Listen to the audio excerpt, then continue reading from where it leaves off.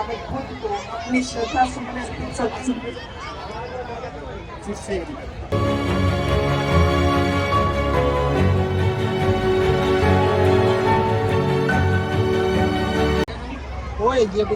शिक्षा का बीज रोपित करने बच्चे लाए हैं। माता सावित्री बाई फुले जी को कोटि कोटि नमन करती हूँ। आरक्षण के जनक साहू जी महाराज को कोटि कोटि नमन करती हूँ। और मनोवाद की रीढ़ की हड्डी को तोड़ने वाले ई रामा स्वामी तेलियार जी को कोटि कोटि नमन करती हूँ। विश्व रतन बोधिसत्व महान अर्थशास्त्री महान वैज्ञानिक भारत के संविधान के निर्माता हम नारियों के मुक्तिदाता ऐसे महामानव को डॉक्टर बाबा साहेब अम्बेडकर जी को मेरा कोटि कोटि नमन। मंच पर आसीन भिक्खू धनते जी को मेरा नमन और मंच पर सभी अतिथियों को मैं गर्व से नमो बुद्धाय जय भीम करती हूँ। और सबसे ज्यादा नमो बुद्धाय जय भीम आपको करती हूँ। जय भीम जय भीम। मेरी आवाज ज्यादा है आपसे माइक के साथ, लेकिन आप इतने सारे हैं तो एक बार जोर से जय भीम का नारा लगाइए। जय भीम जय भीम जय भीम जय भीम जय भीम। बहुत बहुत साधुवाद मानसिक मिशन का बहुत बहुत साधुवाद करती हूँ कि उन्होंने मुझे यहाँ पर बुलाया। आज जैसा कि संविधान अर्पण दिवस है और उसकी हार्दिक मंगल कामनाएं आपके लिए। और यहाँ पर जो टीम आई है सांस्कृतिक प्रोग्राम के लिए उनको भी बहुत बहुत साधुवाद। जैसा कि आज के दिन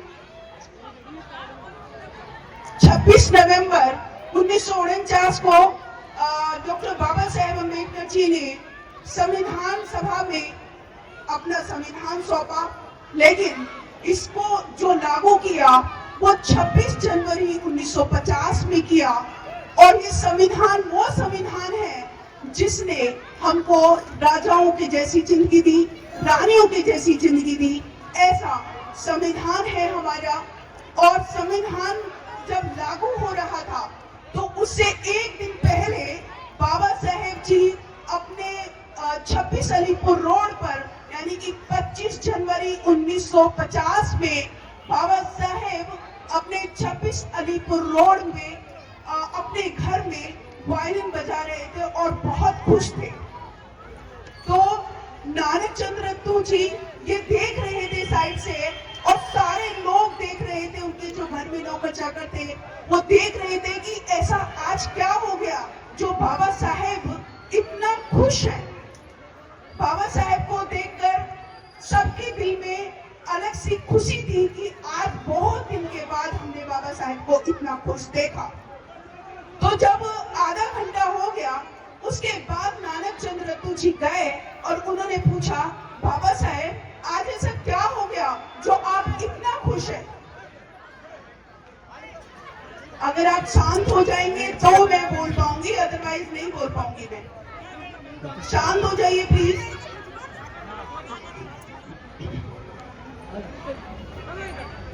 तो जब नानक चंद्र रत्तू पहुंचे और उन्होंने पूछा कि बाबा साहेब आज ऐसा क्या हो गया, तब बाबा साहेब ने कहा कि नानक तुम्हें पता है कल से मेरा संविधान लागू हो जाएगा। तो उन्होंने कहा कि तो इसमें बड़ी बात क्या है बाबा साहेब, क्या आपने कुछ एक अलग संविधान लिखा है, क्या आपने हमारे समाज के लिए कुछ अलग लिखा है जो आप इतना खुश हैं। तो बाबा साहेब कहते हैं कि नानक कल से कोई भी राजा रानी के पेट से नहीं लेगा बल्कि शिक्षा से जन्म लेगा, यानी कि शिक्षा से राजा बनेगा, कोई भी राजा रानी के पेट से नहीं बनेगा। ऐसा मैंने संविधान में प्रावधान किया है। बाबा साहेब ने तमाम अधिकार दिए और सबसे बड़ा जो अधिकार दिया वो मैं समझती हूँ कि शिक्षा का अधिकार दिया, जिस शिक्षा के बल पर आज हम सच्चाई को जान पाए, क्योंकि बाबा साहेब कहते हैं कि जो अपना इतिहास नहीं जानते वो कभी अपना इतिहास बना नहीं सकते, और शिक्षा वो शेरनी का दूध है जो पिएगा वही दाड़ेगा। इसलिए बाबा साहेब ने सबसे बड़ा जो अधिकार था वो शिक्षा का अधिकार था। अगर शिक्षा नहीं होती तो हम नहीं होते। यानी कि जैसे कि मानसिक गुलामी में हम लोग जी रहे थे, आज केवल शिक्षा के बलबूते पर हम सब कुछ जान पाए, और हम जान पाए कि इन मनुवादियों ने कैसे हमारे तमाम अधिकारों को छीन लिया, कैसे हमारे साहित्य को अपना बना लिया, और कैसे हमारे तथागत बुद्ध को अपने मंदिरों में बैठा दिया।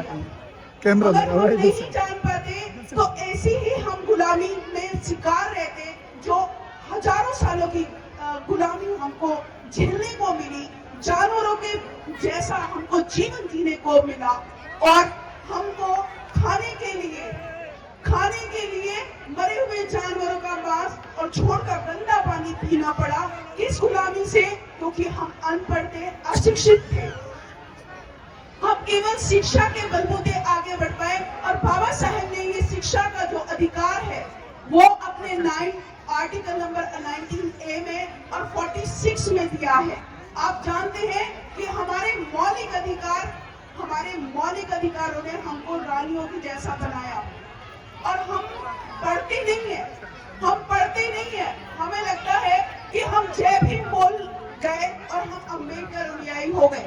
हम कभी भी जय भीम बोलकर अम्बेडकर अनुयायी नहीं हो सकते जब तक कि हम बाबा साहेब के इतिहास को, अपने महापुरुषों के इतिहास को ना जाने।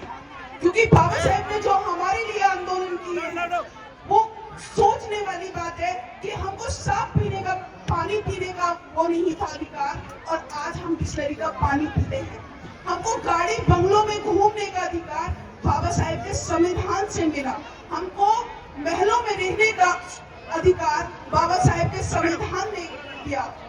किसी देवी देवता ने हमको ये अधिकार नहीं दिए। और खासकर इतनी सारी महिलाओं से मैं कहना चाहती हूँ कि आज जो आप सर उठाकर जीती हैं, आज जो आप गर्व से कहती हैं कि मैं महिला हूँ और मुझे सबसे पहले अधिकार मिलना चाहिए, तो वो केवल और केवल बाबा साहेब की बदौलत मिला है। बाबा साहेब ने हमको हिंदू कोड बिल में वो तमाम राइट दिए जो हमसे छीन लिए गए थे, जो हमको पैर की जूती समझते थे, आज वो हमको सर का ताज समझते हैं। और वो किसकी बदौलत? किसी देवी देवता की बदौलत नहीं, बल्कि संविधान की बदौलत, बाबा साहेब की बदौलत। तो आप लोग देख लीजिए कि हमको क्या फॉलो करना है, क्योंकि अगर हम हिंदू बने रहेंगे तो हम वही गुलामी के शिकार रहेंगे, क्योंकि हिंदू ग्रंथों ने हमें हजारों सालों की गुलामी दी और बाबा साहेब के संविधान ने हमको आजादी दी। आप जानते हैं कि 25 नवंबर 1956 में बाबा साहेब का आखिरी भाषण था, जो कि BH यूनिवर्सिटी में हुआ था, और उसमें उन्होंने यही कंपैरिजन किया था कि तुमको संविधान चाहिए या तुमको हिंदू धर्म या हिंदू ग्रंथ चाहिए। उन्होंने पूछा था कि जिन्होंने हमारी शिक्षा छीन ली, क्या तुमको ऐसे ग्रंथ चाहिए? सबने कहा कि नहीं बाबा साहब, हमको ये नहीं चाहिए। तो बाबा साहब से बोला कि हमको संविधान चाहिए जिसमें हमको शिक्षा का अधिकार है। बाबा साहब ने कहा कि आपको हिंदू धर्म चाहिए या संविधान चाहिए, तो सबने यही कहा क्योंकि हिंदू धर्म ने हमसे शिक्षा, चिकित्सा, सम्मान, स्वाभिमान सब कुछ छीन लिया, और संविधान ने हमको सब कुछ दे दिया। बाबा साहेब के संविधान ने हमको वो सब दिया है जो हम इमेजिन भी नहीं कर सकते। आज मैं ये समझती हूँ कि आज भी लोग मनुवादी विचारधारा में पड़े हुए हैं। जब तक हम मनुवादी विचारधारा को नहीं छोड़ेंगे, तब तक हमारे साथ ऐसा ही शोषण होता रहेगा। और आप जानते होंगे रिसेंट की घटना है, क्योंकि ये लोग जो है ये भारत को मनुस्मृति के तहत चलाना चाहते हैं, और हमारे लोग उनका सपोर्ट कर रहे हैं। बहुत सारे लोग हैं जो उनका सपोर्ट कर रहे हैं, हिंदू धर्म ग्रंथों को मान रहे हैं, हिंदू देवी देवताओं को मान रहे हैं, और अपना पैसा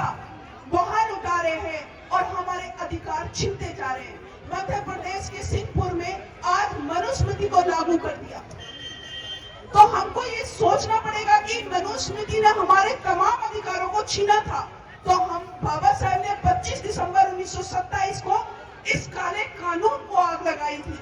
तो क्या हम चाहते हैं कि हमको ऐसा कोई कानून जो कि बिल्कुल हम लोगों को काला कानून हम इसको कह सकते हैं, क्या हमको वो काला कानून चाहिए दोबारा, या हमको एक होकर संविधान को मतलब संविधान को आगे लेकर जाना है, संविधान के अनुसार हमको चलना है। क्योंकि आज संविधान दिवस है, तो संविधान की आप सभी ने अभी प्रस्तावना पढ़ी और यहाँ से एक प्रण लेकर जाइए कि चाहे कुछ भी हो जाए लेकिन संविधान पे किसी भी तरीके की आंच नहीं आने देंगे। ये हमको सोचना होगा, क्योंकि बाबा साहब ने ऐसे ही नहीं दिलाया हमको अधिकार। 1917 से लेकर उनका संघर्ष शुरू हुआ और 1956 में उनका संघर्ष उनकी मौत के साथ ही खत्म हुआ। अदरवाइज तो आज हम कहां से कहां पहुंचते। तो मैं आप सभी से, क्योंकि वक्त मेरे पास कम है, तो मैं आप सभी से एक रिक्वेस्ट करना चाहती हूँ, खासकर महिलाओं से रिक्वेस्ट करना चाहती हूँ, क्योंकि महिलाएं अगर बदलती हैं तो बदलेगा घर, और घर बदलेगा तो बदलेगा समाज। यदि हमें अपने भारत को बुद्धमय बनाना है तो हमको सबसे पहले इन मनुवादी विचारधारा को छोड़ना होगा।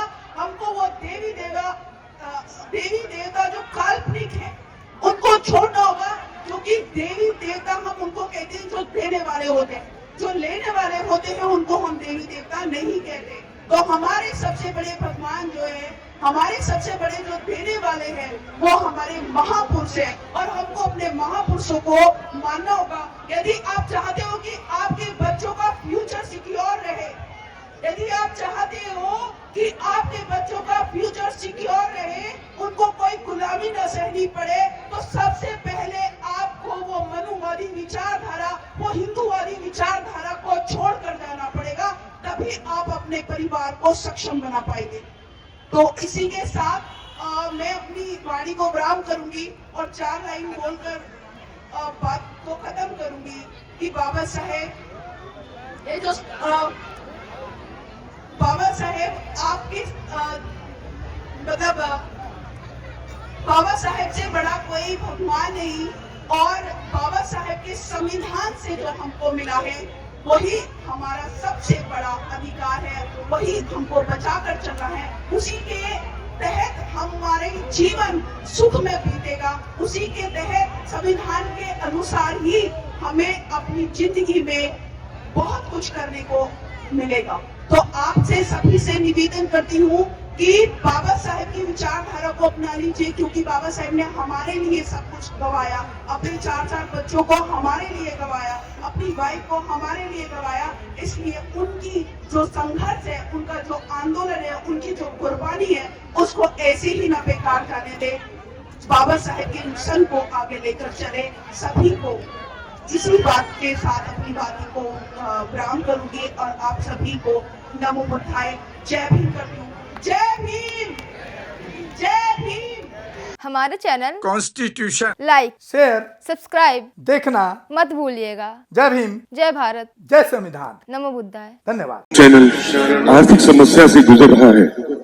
अगर आप बहुजन समाज में बाबा साहेब अम्बेडकर और तथागत बुद्ध की विचारधारा को अधिक से अधिक लोगों तक पहुंचाना चाहते हैं तो हमें आर्थिक सहयोग प्रदान करें, ताकि हम अपने चैनल के माध्यम से देश विदेश में समता, बंधुता, एकता और संवैधानिक अधिकारों को ज्यादा से ज्यादा लोगों तक पहुंचा सकें। आप अपनी सहायता राशि नीचे लिखे खाते में जमा करा सकते हैं। खाता धारक गौतम रत्न, खाता संख्या 3169576865 IFSC कोड SBIN 0060336, बैंक भारतीय स्टेट बैंक। आप हमारे बैंक खाते का विवरण स्क्रीन पर भी देख सकते हैं।